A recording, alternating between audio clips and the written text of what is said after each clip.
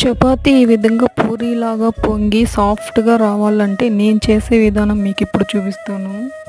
తుంచితే పొరలు పొరలుగా ఒక 6, 7 అవర్స్ అయినా గట్టిగా కాకుండా మెత్తగానే ఉంటది ఈ చపాతీ.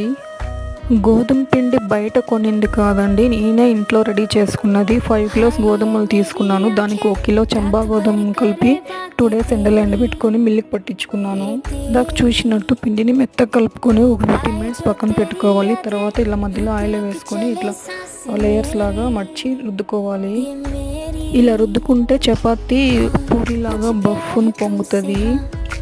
ఫ్లేమ్ని మీడియంలో పెట్టుకొని ఈ విధంగా స్లోగా కాలనివ్వాలండి. మధ్య మధ్యలో తిప్పుతూ ఆయిల్ వేసుకొని స్లోగా కాలించుకోవాలి. చపాతీ రుద్దుకునేటప్పుడు మధ్యలో ఆయిల్ వేసి లేయర్స్ లాగా మర్చి రుద్దకపోతే నార్మల్గా వస్తుంది చపాతీ. ఆ పిక్ నేను ఎండ్లో యాడ్ చేస్తాను, డిఫరెన్స్ మీరే చూడండి.